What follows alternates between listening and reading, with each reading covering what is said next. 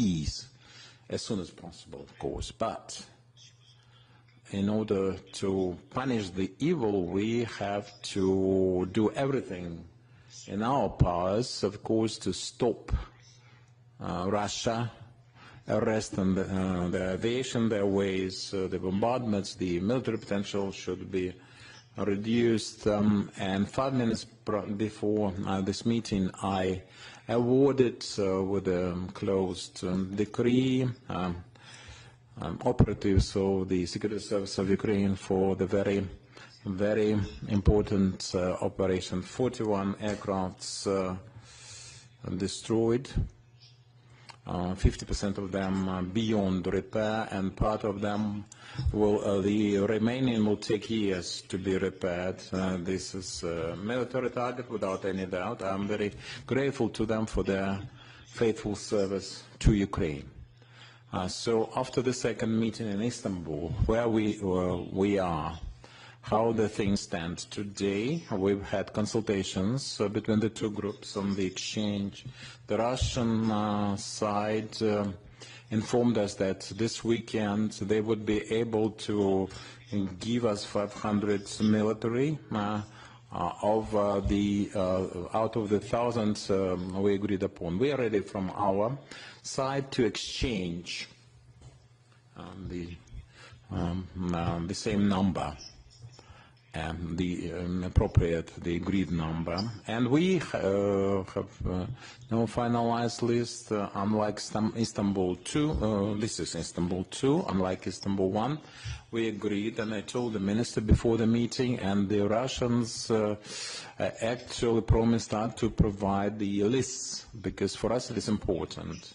And we have not received any lists of prisoners and detained persons, but we would like to insist on getting the list for the exchange for the Ukrainian side, because the Russians will be ready by Saturday, Sunday, this weekend, for the first round of exchange, or stage of exchange. Now, the exchange of dead bodies. I would like to say that we have the documents at hand, and now position clearly pointing to Russia, having identified 15 or maybe 20% at best of all the bodies. And that's according to the documents that they provided. So or they have actually, but I'm not mentioning the source that we have, but we know that. So let's get ready for this. That's our suggestion, to identify them clearly, because this is not about joking around our prisoners or our dead heroes either. We do not want to get the Russian bodies they would like to get rid of. We've had previous experience to that effect, so our stance after the exchange will start this work for exchange of the dead bodies. And again, through the technical important arrangements, and we think that this is not PR, this is important to get ours back. So now about ceasefire. In my opinion, or everybody's opinion for that matter, diplomats, analysts, all the partners, stemming from the document that we received after that being all posted on the social media, on the internet, the document that they actually hadn't handed over, but now it is available. So before the meeting, it wasn't available. We have not received any response to the document that we provided before the meeting, prior to the meeting, as we all wished. And the American president, the US president, talked to the Russian side, and Putin promised to Donald Trump that we would get the document, they would provide the document before the meeting to the Ukrainian party, to the Ukrainian side. And it is very important, Mr. Donald Trump personally said that if you provide it, as he said, it should be doable. That's his own words, doable. The deliverables should be doable, and we wanted it to be delivered before the meeting, for obvious reasons. In my opinion, and my opinion coincides after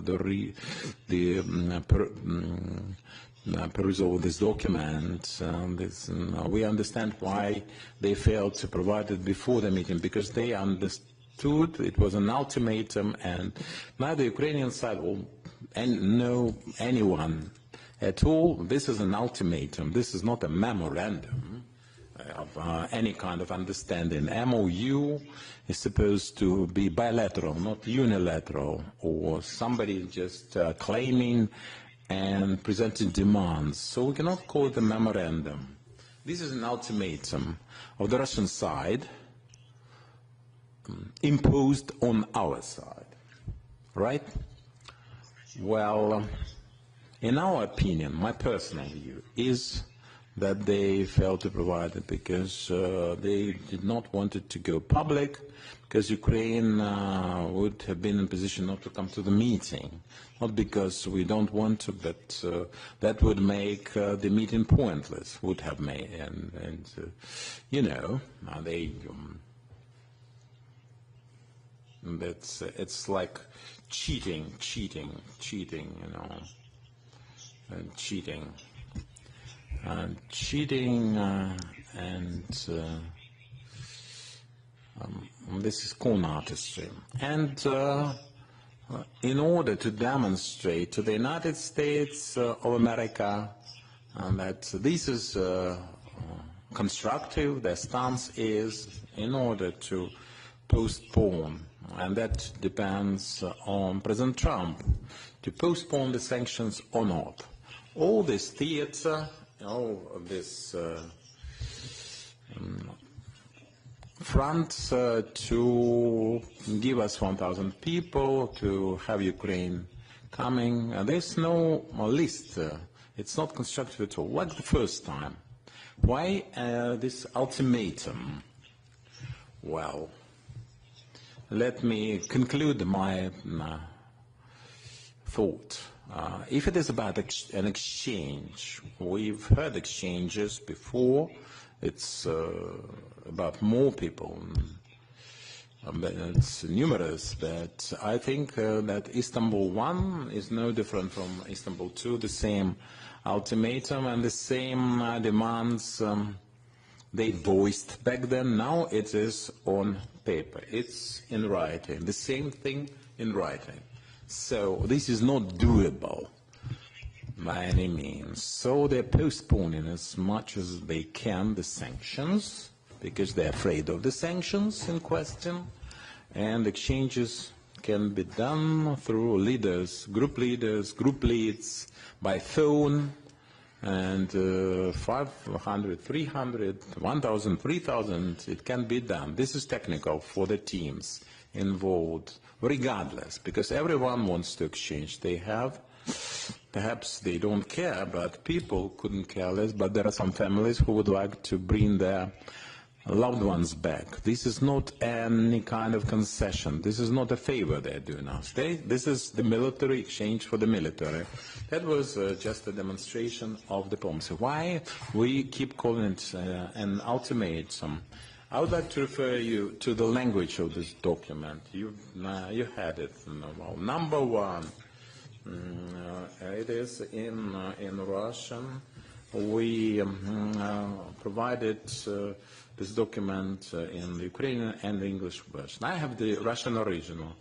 International recognition of the Crimea, Luhansk, Donetsk, People's Republic of Zaporizhia, and Kherson Oblast, and withdrawal of the armed forces from the said regions and recognition of them as part of the Russia. This is really an ultimatum. This is against the UN Charter, clearly.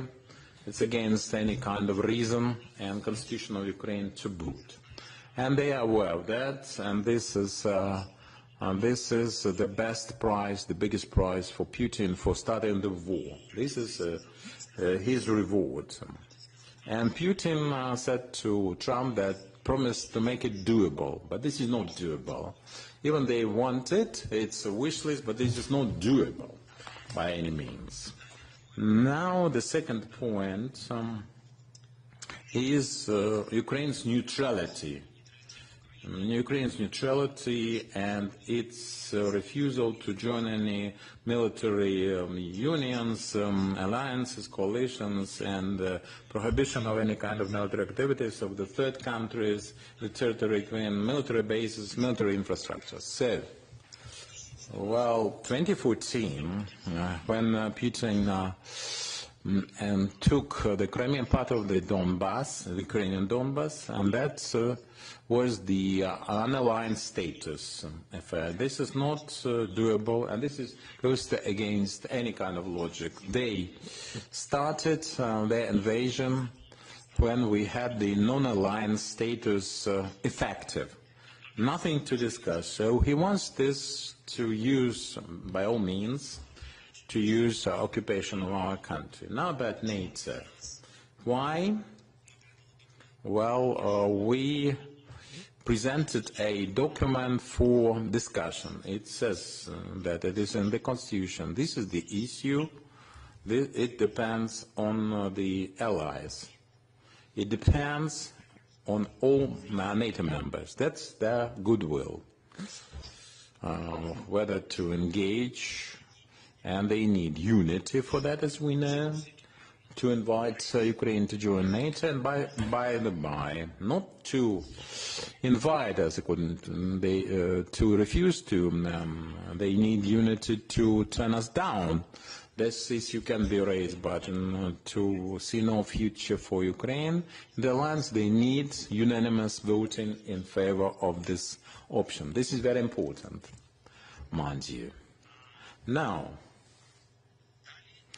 the third point, the third item, so refusal to conclude any international agreements. This is just cutting on our sovereignty. Any kind of state, Ukraine is not an exception, it's a sovereign state. And this is violation on Vienna Convention on the right of 1969, the right to conclude the international agreements. The document was drafted and prepared of the low-level functionaries, and the team from the Russian side participating in this dialogue with Ukraine is not of the right level. They're not just not decision maker. They have no knowledgeability, no expertise as regards the international law and the Ukrainian legislation. There's no expertise enough. It's insufficient. And then again, when they ask us to leave any kind of alliances, I commented on the alliances. Russia, that is now in the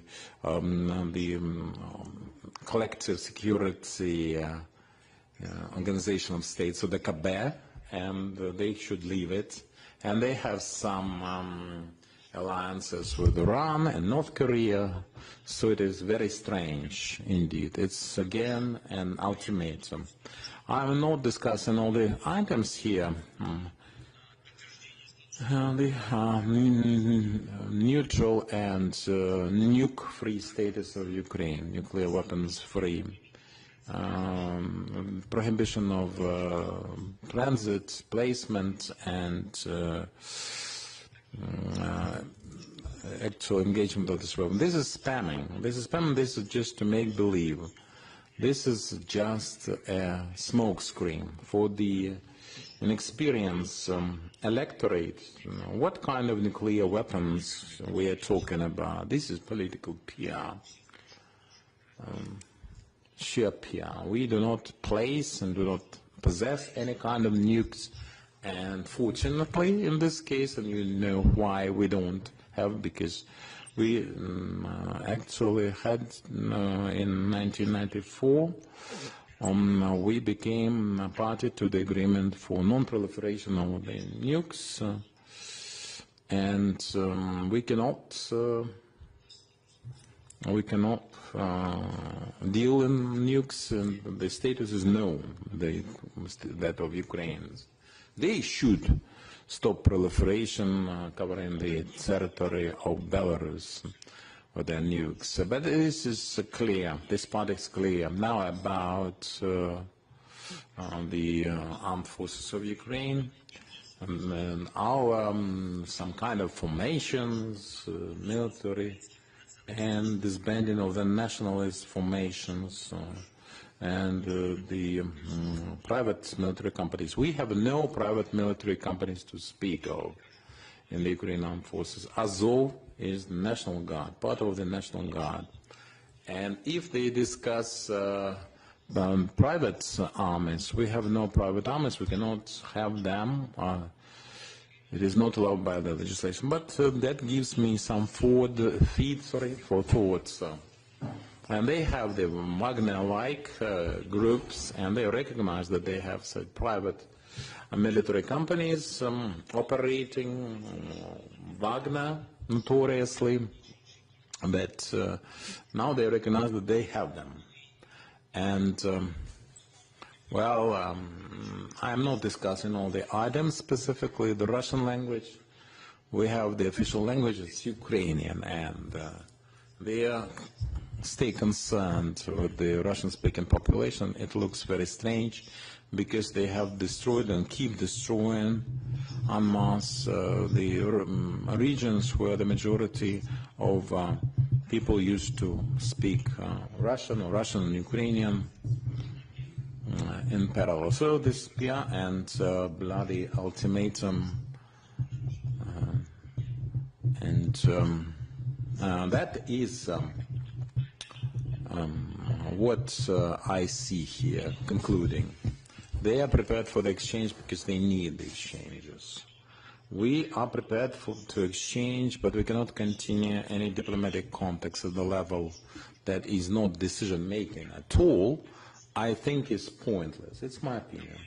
In my view, the exchanges are ongoing and should be ongoing. The Russians are not ready to arrange for any ceasefire. They cannot make such decisions. They are not empowered. It's for the leaders to decide. That's how they presented it to us. That's a different level of decision-making. All right. And my proposal is, we suggest, and I think our partners can support us there, we suggest to the Russians to have ceasefire before the leaders' meeting, till the time of the leaders' meeting. So we are prepared to have this meeting to avoid any kind of speculations and insinuations. It's up to Russians, Istanbul, Vatican, Switzerland, any venue. From Monday on, any day. Why ceasefire till that meeting, a leaders' meeting? Because we'll have a meeting if we don't fail to reach any kind of understanding. There's no desire, will to de-escalate. There's no vision of concluding that. We can do that on the same day and conclude. That's the Russian unilaterally. You do that. We'll leave it to them. If we can continue talks, the dialogue, and are prepared to make the de-escalating steps, well, then we will. Ceasefire with American monitoring, the U.S. safeguards of mediation. And if they do not want a long ceasefire, we can have a meeting any day, starting from tomorrow, and can have arranged. I'm available for the meeting.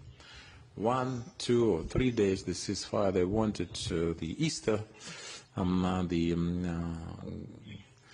great victory is there on the 9th of May, and they can all arrange for this win-win with the ceasefire. However, President Trump would support it, and President Erdogan would like to have this 4 sides, him, Donald Trump, myself, and Peter. And we are ready for this meeting any day. Well, that's it from me. Dear colleagues, first about the items covered. So put your questions, but first introduce yourselves. Natalia Kushnib, ABC News. Mr. Zelensky, having read this memorandum, this is an extended version of 2022 without denazification and demilitarization. There's a notion, but essentially there. So what's the difference between the two versions? I don't see any, almost none. I can see that there are certain changes in the language for the ultimatums in question. And basically the essence, the gist, the spirit are the same.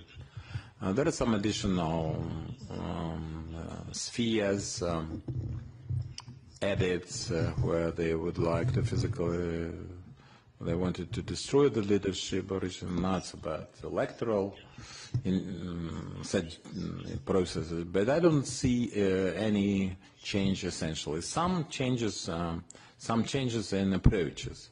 Why?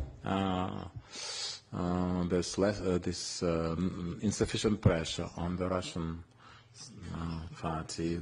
Some operations make the rhetoric of the United States more vigorous because they said that we had no cards on our hand.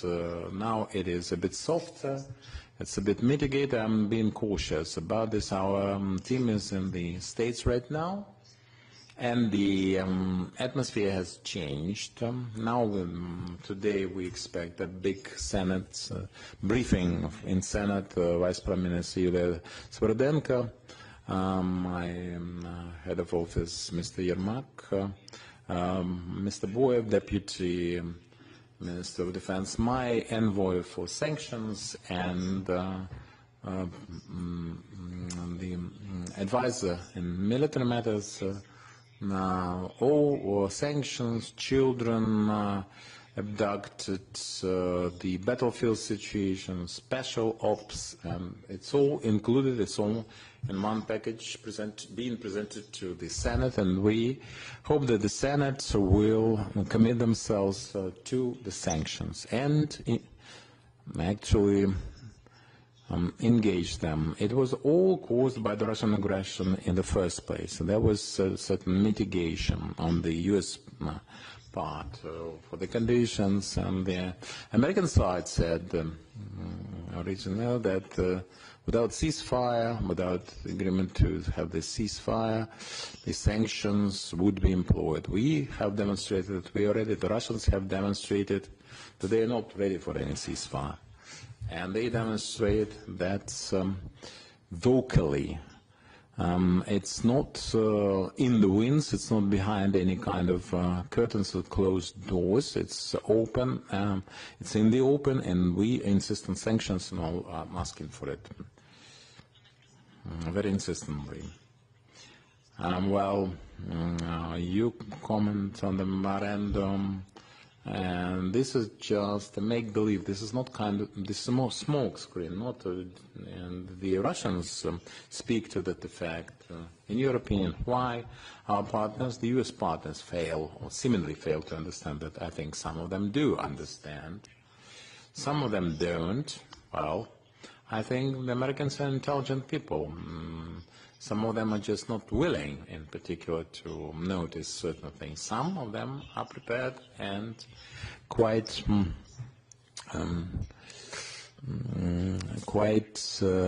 decisive in that realization. For the political compromises, I understand that some people would like to work on soft pause and not to shut any doors for the opportunities. But Russia is a house with too many doors. Why should they have so many doors? And Ukrainians, who never attacked anyone, have just one door, a narrow one.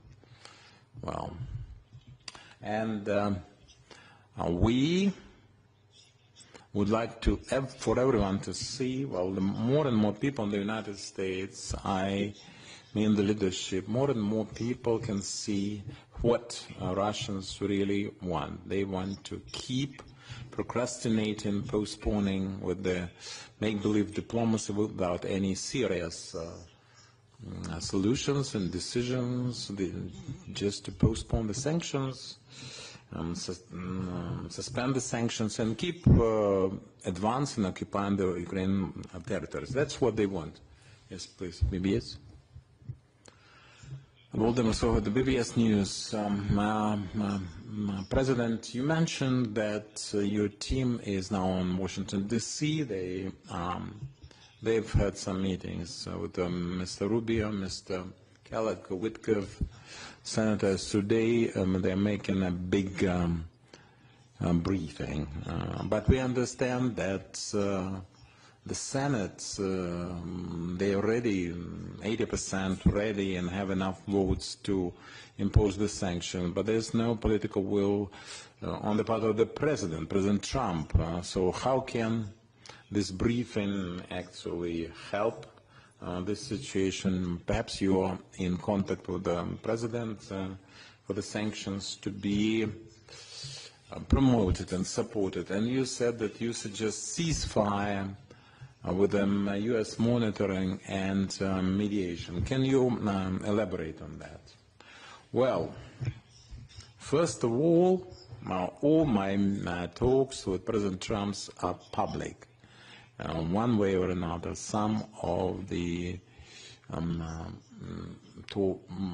meetings are not public in certain aspects and certain points, but we are always meeting openly. Now talking about the other levels of U.S. management, let's say. Some of the discussions are not public. There are plenty of them, quite enough, and they all are supposed to bear fruit before they are made public. This is my second point. About the sanctions, we understand that the Senate is ready for that, and we heard yesterday not just the senators, but Congress people and the Speaker, Mike Johnson.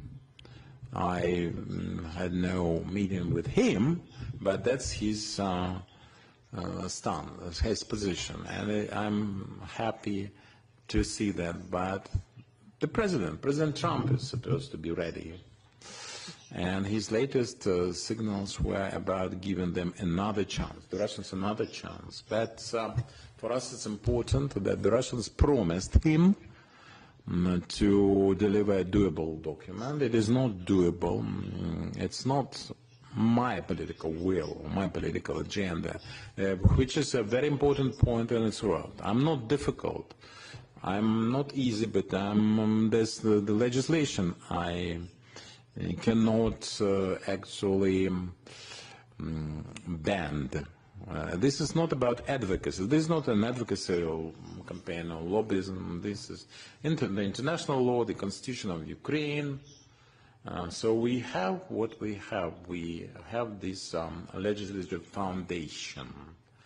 That's why it is important for us to be consistent in our steps, all of us. I am in favor on consistency suggested by the U.S. side. Ceasefire or sanctions. That's the dilemma. We didn't want any sanctions against us, so we choose ceasefire. The Russians don't care, I suppose. So then, sanctions for them. And your second point, the ceasefire that you offer, it should be with the U.S. monitoring and mediation. Well, in any case, if we decide upon ceasefire, and the main point is who is to guarantee, who is the guarantor,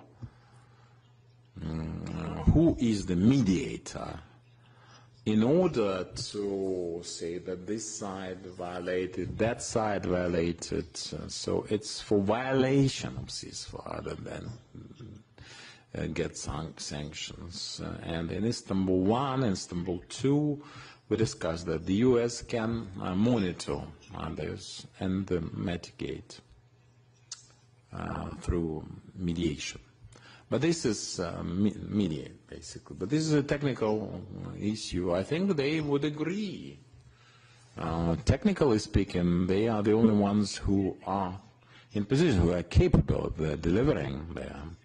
And that's why the leaders should meet in that form. That's my opinion, anyway. I think that we have to demonstrate this will to have a ceasefire. This is a good idea. Till the meeting, and at the meeting, we'll discuss the monitoring format, because there are certain things which are technically well monitored regardless of the parties' stances. Of course, the range of weapons can be controlled.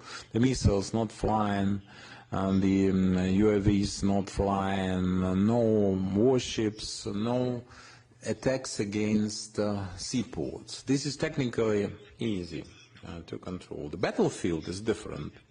It's more difficult, and we need some technical mediation for the battlefield, monitoring for fairness, for avoiding any kind of accusations coming from any side, any of the two. We can control the drones on the battlefield, but they will say that they violate, they would say that we violate, it's our word against theirs. That's why we need a mediator, but to demonstrate the will.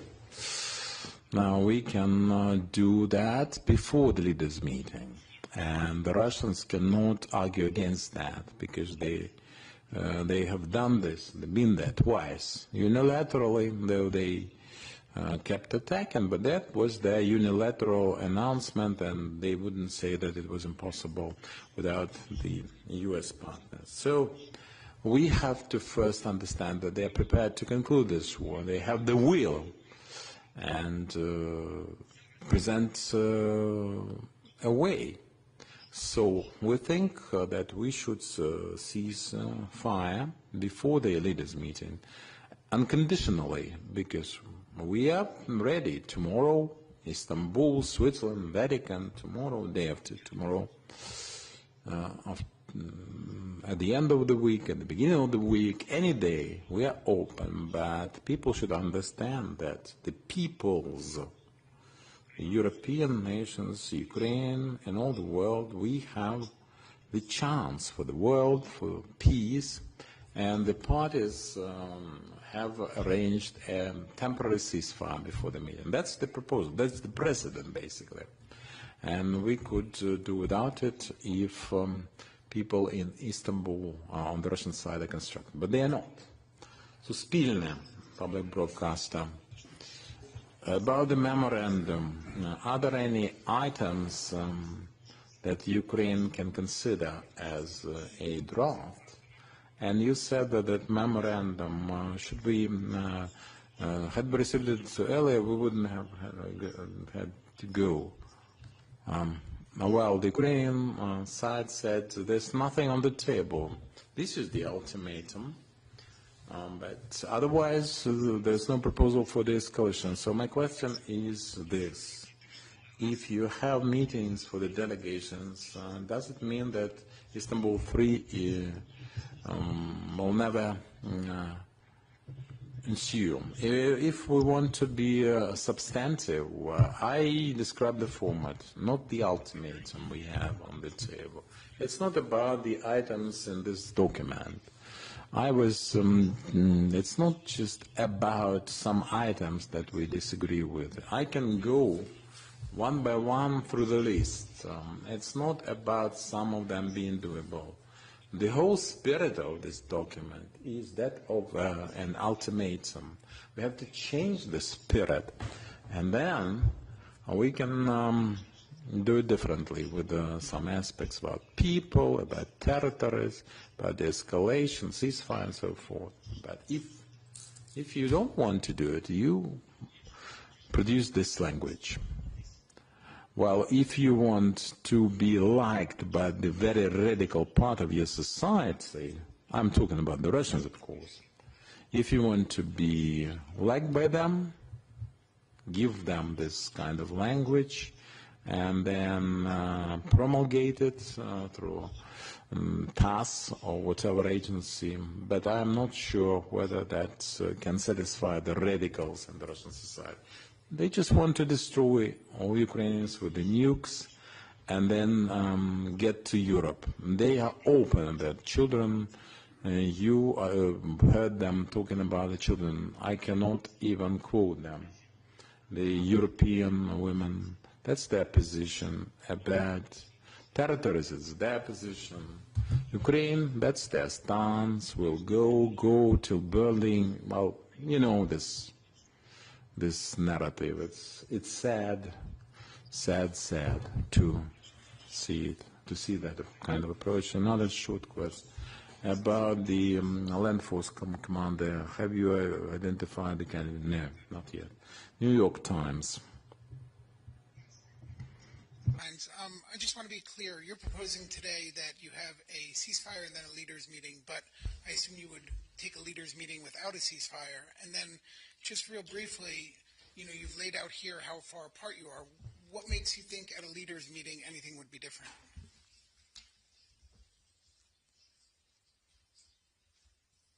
My opinion, if we will have a ceasefire, this short one, before leaders, I think that this is, first of all, this is a mood and spirit of the meeting will be that we are speaking about peace or we're beginning from the war. This is the first. This is about the escalation. The second point, if leaders are coming, if leaders have meeting, all of us want, I think, to have some successful their nations. Any kind of success, big or small, but in any way it will be a step forward to peace. If we can decide lasting or a long ceasefire until we will make the document, which will not be ultimatum, will be document, this is good. It's not, something what we dream each day, yes, about, but it's a big step to peace, very big step to peace.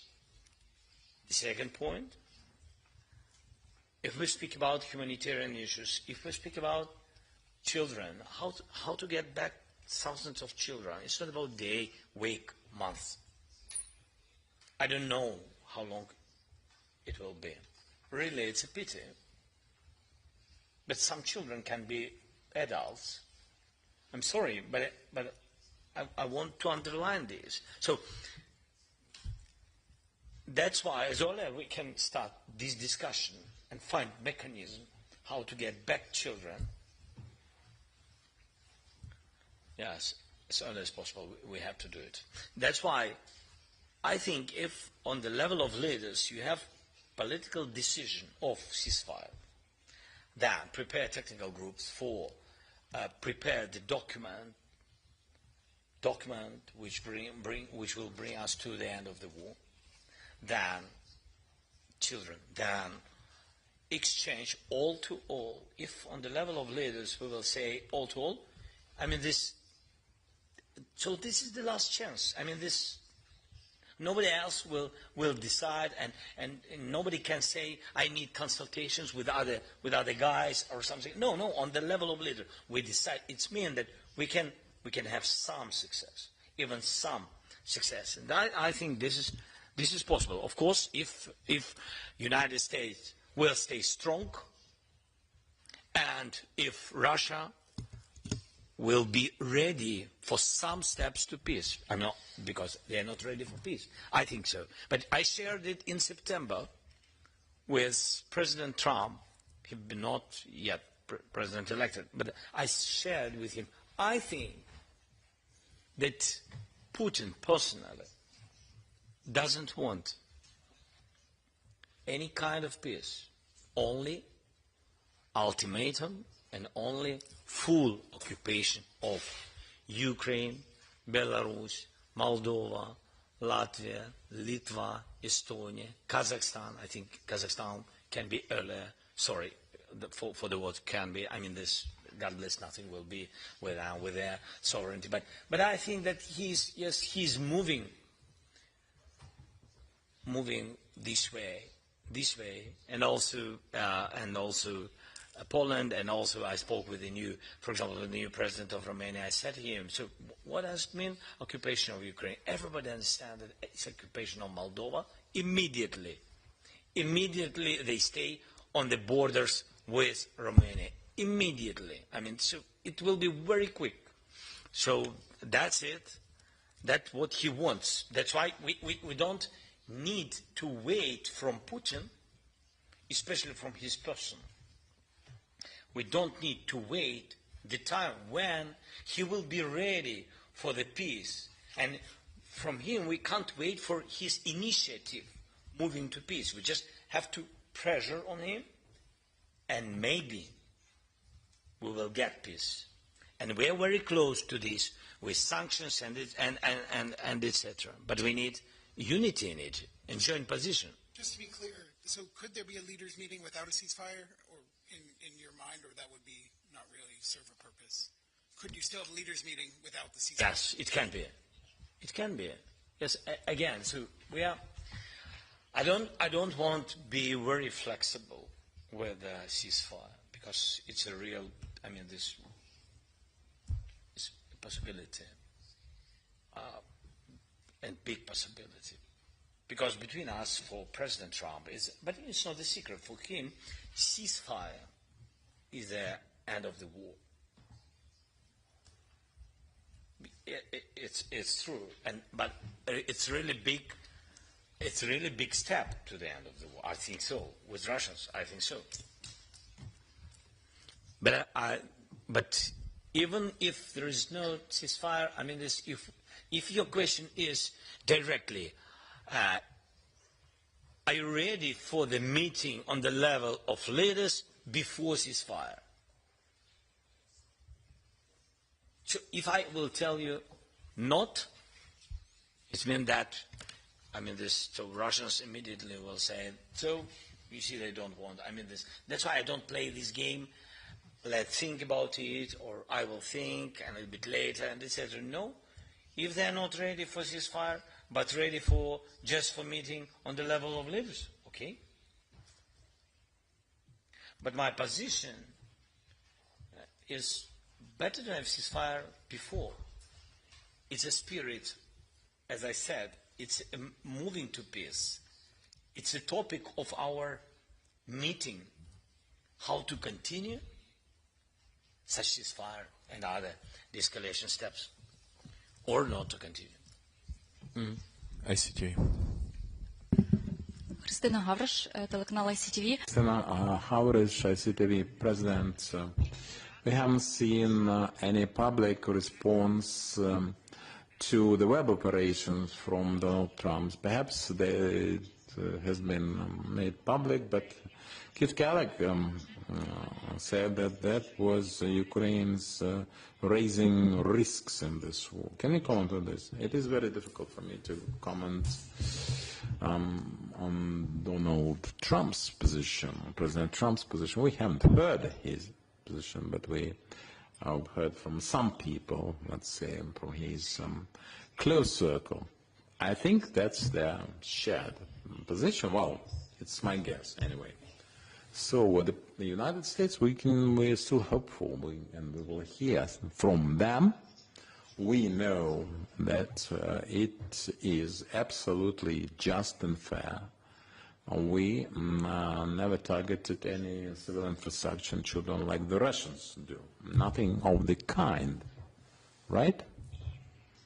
And we have done things just and fair for the intelligence services of any countries, all the jurisdictions, serious in this business, to say that this is the highest level imaginable for such an operation, special operation. With your permission, another question about Sumy region. We can see some intensive developments with the Russians. They will do that. They will keep trying. There's nothing new there, no surprise at all. The military know what to do about it, and they are doing their thing as much as one can expect. They're doing their best, but which direction or offensive they will choose, we can't know, but our guess is Sumy. But also the east, Zaporizhzhia, Kharkiv, right, that it's all Sumy now. That was the idea. It's not a new operation. This is another wave of attack and advancement. They have no success. There are some developments, but there's this gray area, or a gray war zone. You know that some settlements are devastated, not overnight. It's a lengthy process, but they're doing that. The war attrition, they are doing that, and we know about that and trying to oppose. So they wanted to make a bigger operation, have a bigger scope. They want to occupy Sumy, Kharkiv regions. That's their wish. First, they decide to attack along all this line, but then they decided that Sumy was enough to control, to ruin, and some other towns 3 to 40 kilometers from the border. Then they decided to reduce that to 7 to 10 kilometers because they have no force for that. I'll just take my word for it. There are no good reasons. They're just not capable. They have no capabilities and capacity. That's the only impediment. That's the only showstopper. So diplomacy is supposed to work, but you can see that we can talk about talking, and it will all go into talks, all the peace. Talk to this medium, to that network, take former CNN and Fox News anchors. It's not about Republican and Democratic, Republicans versus Democrats. There are people that are on underpay, and they are using the smoke screen, and they are channeling that, converting that all into the talks of that kind. But their principal message is to demonstrate that Ukraine does not want peace. Ukraine is losing the war, and we have to do everything possible for the U.S. to leave the negotiations, not to impose any sanctions. Well, these are the principal things they want, to stay vis-à-vis us without any interference on anybody's part, to be able to impose the ultimatum. CNN, please. Victoria Budanka, CNN. Do you feel the political will on the part of the U.S. to continue this mediation? And just how much political will can we have in Russia, or expect in Russia, for the U.S. to stay in this mediator's seat?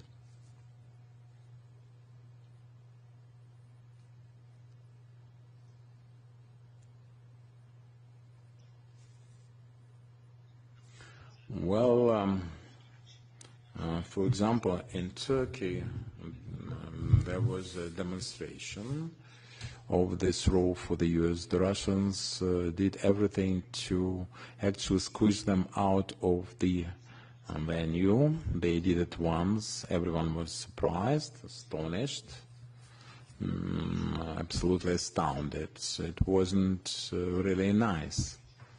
And we all went there because of the Americans on their urge, and they actually encouraged us to do that, to introduce some general approach. But the Americans all of a sudden were squeezed out of that by the Russians. The Russians were very offensive about that, and the ultimatum that was in the pipeline with them.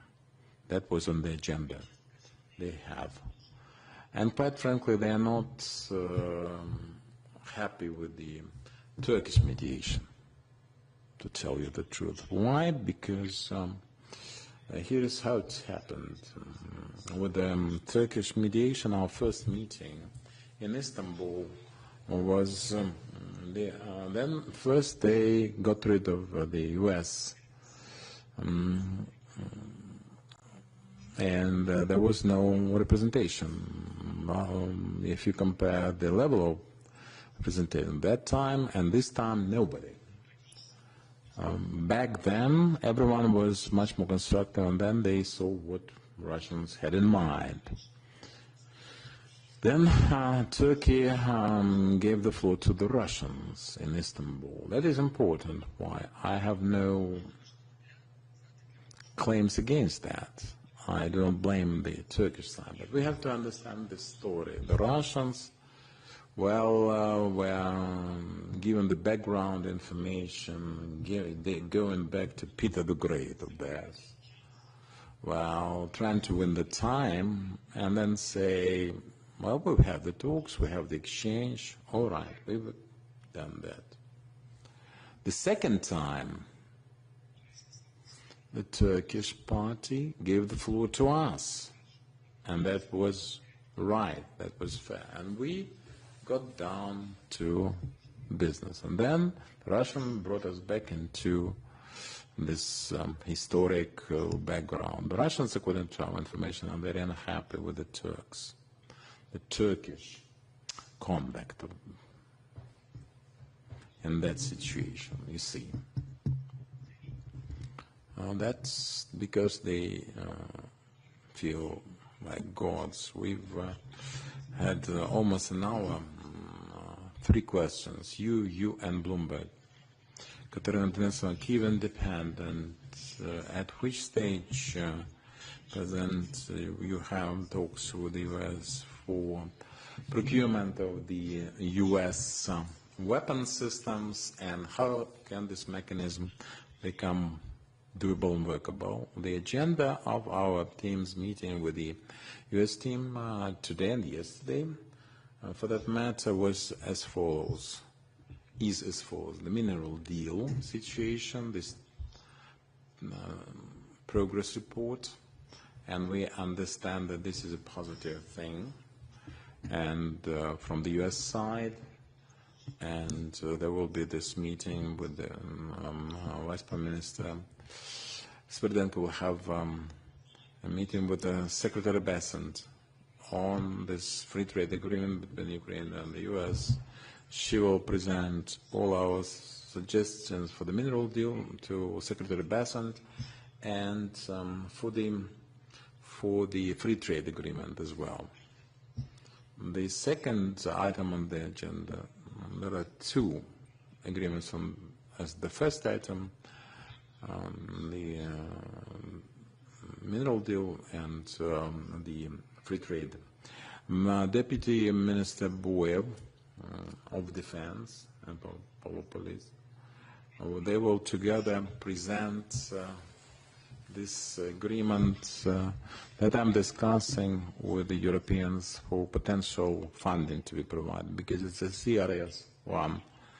And we'll know what we can achieve after that meeting. The 2 items. The third item is very important. It's about sanctions, because some sanctions are active, some are not active, and this should be presented to the Senate, and we should present this impact report for their proposals. And then there's another important thing, and we demonstrate the Lindsey and Graham from the sanction package, and Ursula and the von der Leyen and the European leaders. This is a twofold package, and it's important from both sides.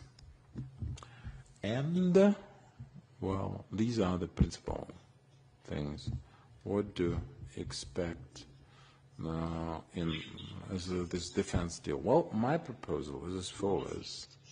We have the money not yet disbursed. Some remain there. We don't need, well, nothing, no additional funding needed. That was all voted by the Congress last year. We would like to use that money, but we can demonstrate that we can do that, use that money, or have separately the defense deal, and President Trump likes deals. For us, it's a win-win situation. Possibly the important items on our defense shopping list. And the principal things, the weapon systems, the numbers. Well, I don't see, quite frankly, any big challenges in that department, because we want to get the weapons, let's say, Middle East representatives would buy, and even more buying from the U.S. arsenals and the American weapon systems. Well, it's not anything out of the usual. This is a normal thing to happen. Bloomberg, last question.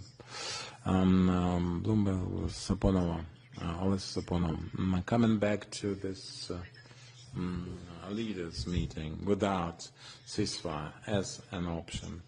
For how long are you prepared to wait for the Russian signals that they are preparing this meeting? Are we talking weeks, a month, or whatever? And how much time, or what's the timeline and the deadline in your book, even for Donald Trump to sign off the sanction package without looking for excuses to postpone its coming into effect? The way I see it is this. I think that if there is no position on the ceasefire, no preparedness, the sanctions should be imposed. Even if they don't want, clearly don't want to finish this war. The Americans say that this is too much to ask for, and that was their language they offered. That was their message. And we say, all right, if the compromise is in no ceasefire and sanctions, it's clear. I'm answering your colleague's question. Are you prepared to have a meeting of leaders without any sanctions? I'm prepared to do that, but the sanctions should follow. Are we ready to meet without ceasefire? No. Yes, but no ceasefire, hence we have sanctions. And that actually reduces any positive expectations from the meeting, question. So that was my proposal. Basically, it seemed to me that the Russians could demonstrate now ceasefire. We don't know how much time should elapse, but that is a window of opportunity potentially for, well, some other reasons to postpone the sanctions. Perhaps I'm trying to help all the parties involved as much as they can, but, well, there will be some logic in it. In that case, if they have no ceasefire, and no sanctions fall, there won't be any logic in this case. So I'm trying to look, in my mind, for some reasons for their format to somehow this. But for how long I am prepared to wait? I'm very patient. I'm ready to wait for as much as it takes. What else can we do? Ceasefire could have happened before the operation in question, but no operation would then have followed. That does not mean that we, in parallel, we're not doing anything but just sitting on our hands. We are waiting, but we are working on ceasefire. Yes, ceasefire is ceasefire. How else can we interpret this? Well, we are not weighing with you the legs and the slacks that we have to opt for some rules. I think if the rules are the same for everyone, they should be the same. Violation is a different matter. If they violate, we can also do the same. How they do it and how we do it, it depends on what we have we haven't violated anything. I think we have not yet violated anything. Nothing. We have to thank President for his time now.